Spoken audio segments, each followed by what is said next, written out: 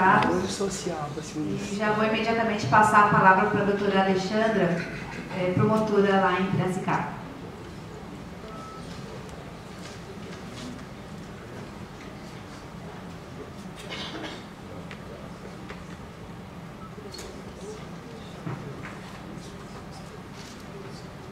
Boa tarde, quase boa noite para todos.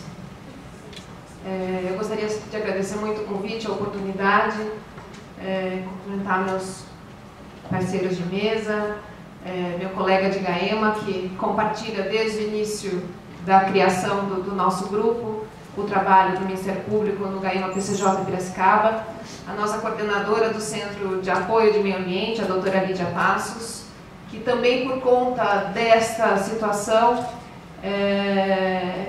se viu também imbuída de instituir no âmbito do Ministério Público e contou com o apoio do Procurador-Geral de um grupo estratégico realmente para que fosse possível um trabalho articulado entre o Ministério Público e que essa questão que nós já de antemão vislumbrávamos como não um problema de uma região, mas sim um problema de uma seriedade que envolve nada menos do que, pelo menos, sem dimensionar o problema, por exemplo, do Paraíba do Sul, mas diretamente em relação ao sistema Cantareira, que é o que eu vou me ater, de 14 milhões de pessoas.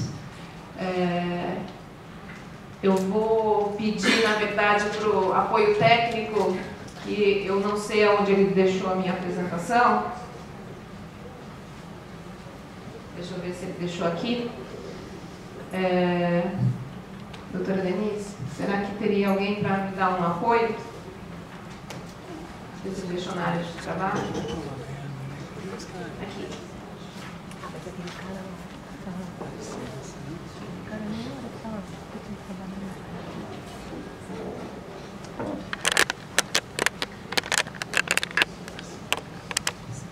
Esse é o sistema Cantareira dos seus tempos áureos. Tem água. Os assuntos são muitos, mas assim, basicamente, e eu vou tratar da questão da crise nesse pouco tempo que nos resta nesse finalzinho de dia, e da dificuldade realmente que nós estamos enfrentando, do reconhecimento da crise em toda a sua dimensão, em toda a sua gravidade. Eu acho que as manifestações dos senhores aqui hoje bem demonstram a necessidade que a sociedade civil tem realmente de ser ouvida, dos seus clamores serem considerados, da necessidade de transparência, do efetivo exercício do controle social, mas não de um pseudo-controle social, como muitas vezes a gente vê. E o trabalho do Ministério Público, doutor João, realmente é muito, mas talvez o principal não seja assumir tudo numa situação paternalista. A situação muito maior é o papel do Ministério Público para abrir caminhos para que a sociedade civil encontre mecanismos e instrumentos para fazer valer os seus direitos nas mais diversas áreas, inclusive ambiental, inclusive no âmbito da saúde pública, inclusive na questão dos direitos do consumidor e todos os direitos que são afetados quando nós incidimos numa crise como essa. O panorama, eu acho que hoje, pela ampla atuação que a mídia tem exercido, a crise hídrica é muito mais conhecida do que nós já dimensionávamos há um ano atrás. O trabalho do Ministério Público não iniciou em outubro com o ajuizamento da ação. Aliás, ajuizamento de ação civil pública é sempre a última alternativa. Eu realmente falo por mim, pelo grupo que nós atuamos, que envolveu promotores do Estado de São Paulo, promotores da República. Desde o ano passado, desde mais em torno de agosto, setembro do ano passado, nós já discutimos a renovação da outorga e a falta de capacidade de suporte do sistema Cantareira de continuar atendendo todas as demandas das duas regiões que dele dependem, que são a região metropolitana de São Paulo e a bacia PCJ. Esse trabalho envolveu basicamente no seu início a constante participação do Ministério Público nos comitês, nas universidades, em eventos da sociedade civil, com diversos outros usuários industriais, agrícolas, para que primeiro nós entendêssemos e conseguíssemos reunir a série de reivindicações que nós tínhamos o papel de fazer cumprir. Isso resultou num inquérito civil de mais de 16 volumes e mais de 4.000 páginas. O tema começou a ser tratado já na mídia em fevereiro desse ano, principalmente quando nós pedimos uma recomendação para a redução da retirada, porque essa crise, apesar sempre da colocação da sua imprevisibilidade, ela tem sido sempre rechaçada pelo Ministério Público no sentido de quem faz gestão de recursos hídricos tem que considerar a sua anomalia. E que existem ferramentas técnicas e metodologias concebidas na própria outorga do sistema Cantareira que poderiam ter evitado a situação que nós chegamos. E se há um alento nós começarmos um novo ano hidrológico com algumas chuvas, é importante se ter a clareza de que esse volume de chuvas ainda é muito pequeno para reverter um quadro que tem se arrastado há mais de um ano. Um nível de reservatório que está beirando e realmente caminhando para o seu esgotamento num curtíssimo prazo.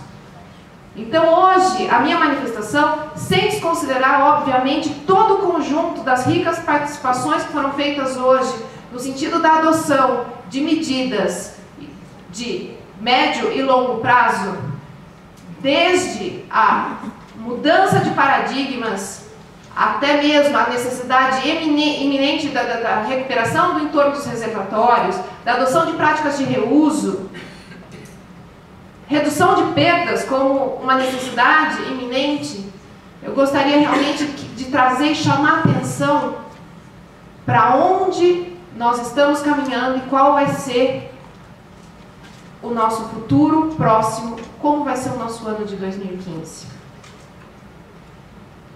É por aí que essa transparência que eu acho que a sociedade hoje clama que seja realmente dada uma resposta à altura. Nós vemos realmente propostas sendo discutidas, e aí o cenário que eu vou trazer muito rapidamente, sem querer nós cairmos na discussão dos números, mas uma coisa muito evidente, isso não é só questão técnica que deve ser tratada no âmbito de gabinetes.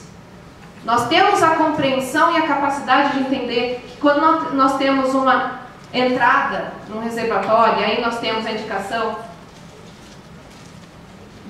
de vazão afluente de 7,23 metros cúbicos por segundo e uma retirada de 24, nós continuamos realmente com a redução dos nossos reservatórios. O nosso cenário é de 14,6% em outubro da média histórica. Esse mês ainda nós estamos com 23,6% da média histórica. E as retiradas continuam sendo praticadas em altos níveis. Esse quadro eu achei muito interessante, que bem demonstra a desproporcionalidade entre as vazões afluentes e as vazões que continuaram sendo praticadas ao longo de todo esse ano. E esse é o fenômeno natural. O reservatório simplesmente, com seus volumes, não tem outra palavra, despencando, sem que medidas fossem adotadas para essa contenção. Nós tivemos a primeira redução do sistema em março de 2014. Tivemos outras reduções em abril, em maio, e o que mais se tornou preocupante, a última decisão conjunta pelos órgãos gestores, Agência Nacional de Águas e Departamento de Águas e Energia Elétrica do Estado de São Paulo, se deu no dia 1º de julho de 2014. No auge da crise, nós estamos sem regras operativas em relação aos limites de retirada. Existe um vácuo de decisões e de gerenciamento nesse período.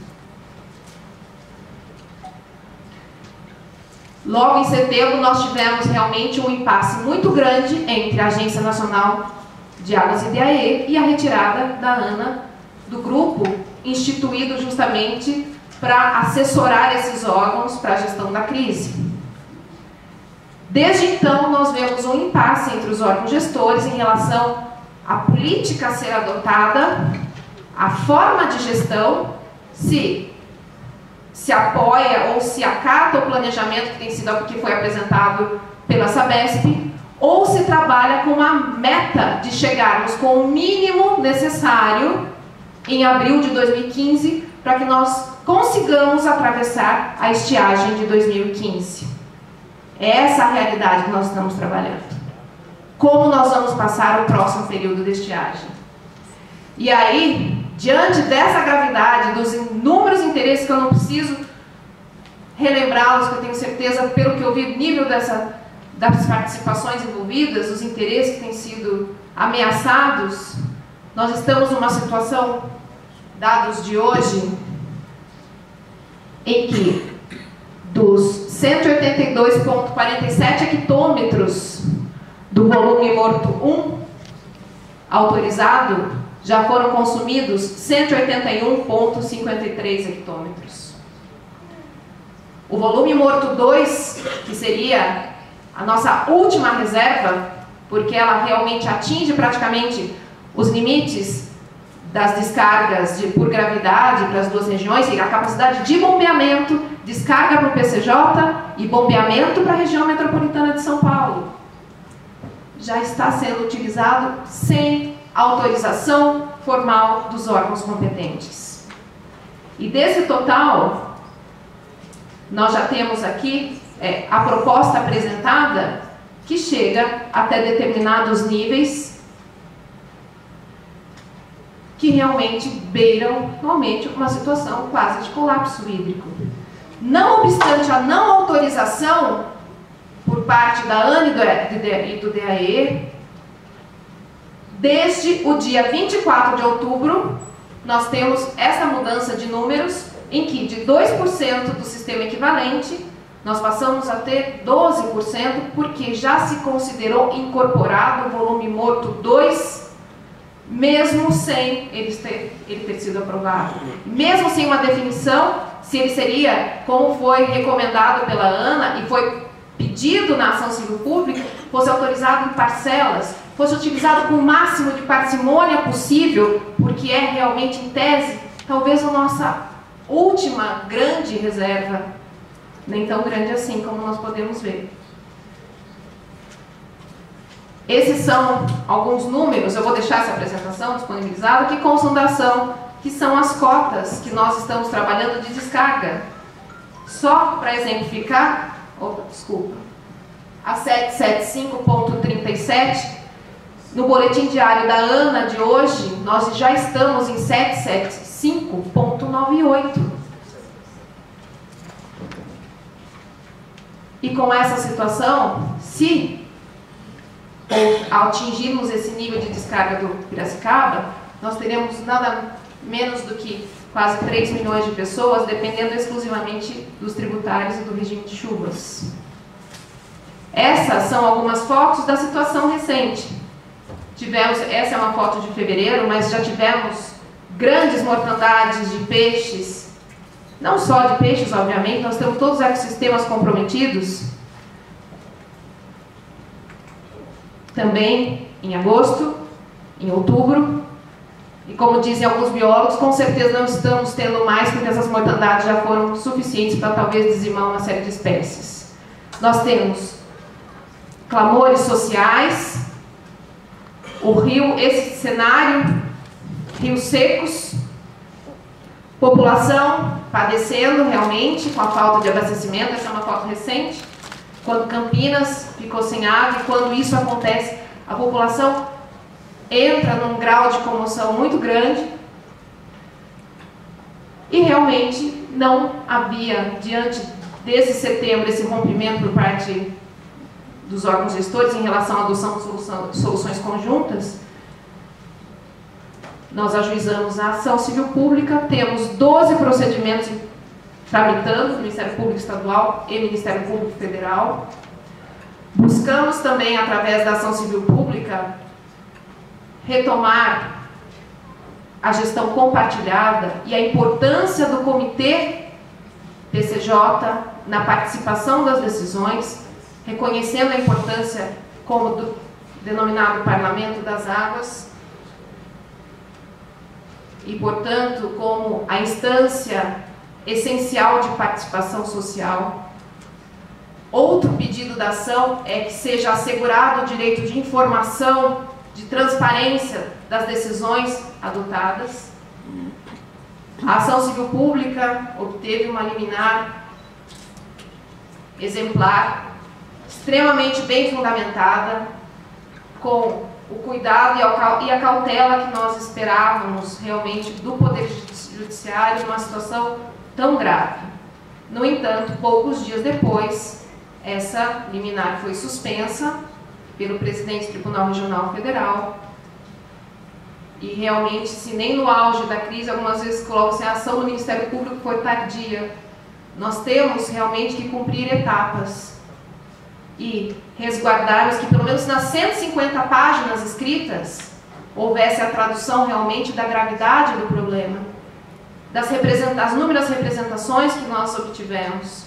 E esse, certamente, é só uma parte do trabalho. O trabalho do Ministério Público vai continuar e vai muito além disso, porque nós já estamos instaurando procedimentos que tratam também do sistema de informação de recursos hídricos com uma necessidade premente e uma mudança estrutural a ser buscada como produto dessa crise, pelo menos que nós consigamos a articulação de dados e de informações, que cada vez que nós, diante de uma situação, necessitemos de informações, não seja necessária uma verdadeira aventura pela internet, buscando dados em inúmeros sistemas, que nós tenhamos que solicitar por ofício a vinda de informações, que hoje é tão mais tranquilo. Hoje nós temos uma sala de situação que é referência, mas nós queremos mais, nós queremos muito mais. E isso que nós queremos só vai ter valor realmente, eu concordo muito com o que foi colocado pelo Dr. João, se tiver o apoio da sociedade. Esse é o resultado desses encontros que nós tivemos. Nós estamos com problemas de qualidade de água, começando a receber uma série de reclamações de inúmeros municípios. Provavelmente nós tenhamos que ter um trabalho também com os promotores locais, com os municípios, buscando o enfrentamento dessa crise agora em 2015, que quem sabe realmente, né, o cenário mude, mas nós não temos até o momento motivos para ser otimistas, depois de um ano tão penoso como o que nós enfrentamos. Em relação ao cenário de 2015, eu só gostaria de deixar um alerta. Pela proposta que foi formulada, e com vazões de retirada propostas fixas em 18,5 metros cúbicos até abril de 2015, se não houver mudança do regime de chuvas e se nós continuarmos com 50% da mínima histórica, isso levará a nós chegarmos em 30 de abril de 2015 com menos 158,13 hectômetros abaixo do volume hoje útil, porque eu tenho considerado realmente, nós temos considerado o volume útil com a incorporação do volume morto 1. Isso seria abaixo do volume morto 1. O volume morto 2, ele é pleiteado na vazão de 105. Eu já estou finalizando, só peço mais um minutinho, porque são algumas questões técnicas, mas eu já vou encerrar em menos de um minuto. Nós estaríamos com 52 hectômetros abaixo do volume morto 2. Se nós continuarmos com uma vazão de 4,5 e 18,5, nós chegaremos com 181 negativos. Se nós chegarmos nesse patamar, como nós passaremos a próxima estiagem?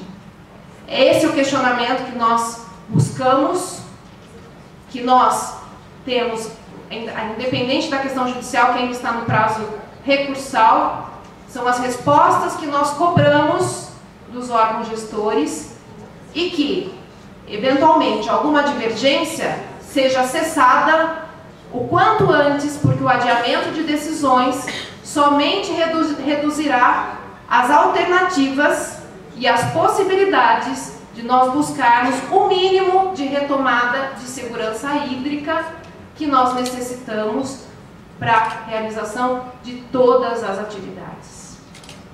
Era isso, deixo o meu e-mail à disposição. Todos esses dados são trabalhados na ação civil pública, os que tiverem, a ação civil pública consta na página oficial do Ministério Público. E essas, enfim, eram resumidamente algumas colocações. Muito obrigada.